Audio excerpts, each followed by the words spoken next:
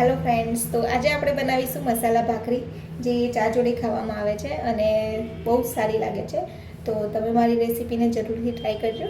તો ચાલો આપણે એને બનાવવાનું શરૂ કરીએ. તો સૌથી પહેલાં આપણે ભાખરીનો લોટ તૈયાર કરીશું.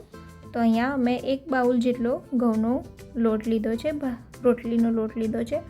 આપણે એને સારી રીતના ચાળી લઈશું અને બાકીનો જે કચરો છે આપણે સાઈડ પર કરી દઈશું.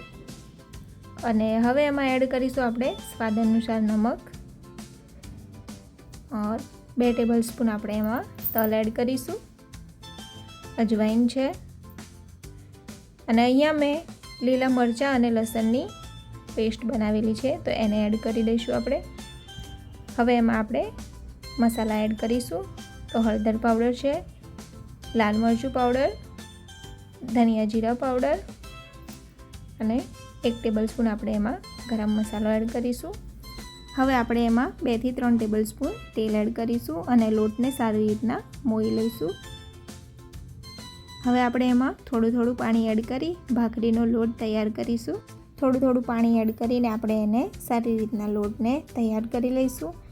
લોટ આપણે બહુ કઠણ નથી બાંધવાનો કે બહુ નથી નરમ બાંધવાનો, મીડિયમ થીંગ પર આપણે એને બાંધવાનો છે. તો આપણો લોટ બનીને તૈયાર થઈ ગયો છે. હવે આપણે એની જાડી ભાખરી વણી લઈશું.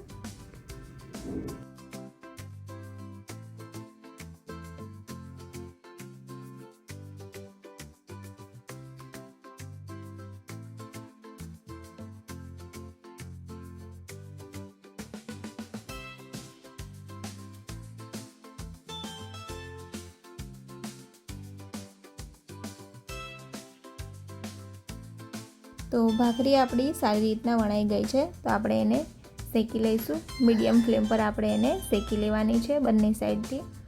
હવે એમાં આપણે 1 ટેબલસ્પૂન જેટલું ઓઇલ એડ કરીશું અને સારી રીતના આપણે ભાખરીને શેકી લઈશું.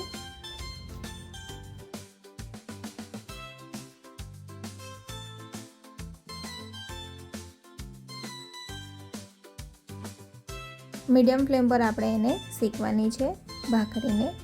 તો આપણી ભાખરી શેકાઈને તૈયાર થઈ ગઈ છે. હવે આપણે એની સાથે ચા બનાવીશું.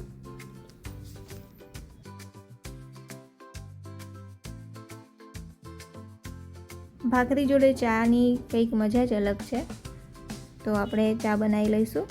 અને જો તમને મારો વિડીયો ગમે તો please like, share and subscribe કરજો. અને અત્યાર સુધી જો તમે સબસ્ક્રાઈબ ના કરી હોય તો જલ્દી સબસ્ક્રાઈબ કરી દો અને નીચે આપેલા બેલ આઇકન પર ક્લિક કરી દો, કેમ કે સૌથી પહેલાં વિડીયો તમે મારો જોઈ શકો.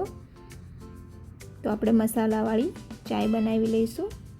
અને ચા જોડે ભાખરીની મજા જ કંઈ અલગ છે. તો તમે આ રેસીપી ટ્રાય કરજો અને કમેન્ટમાં બતાવજો કે તમને કેવી લાગી.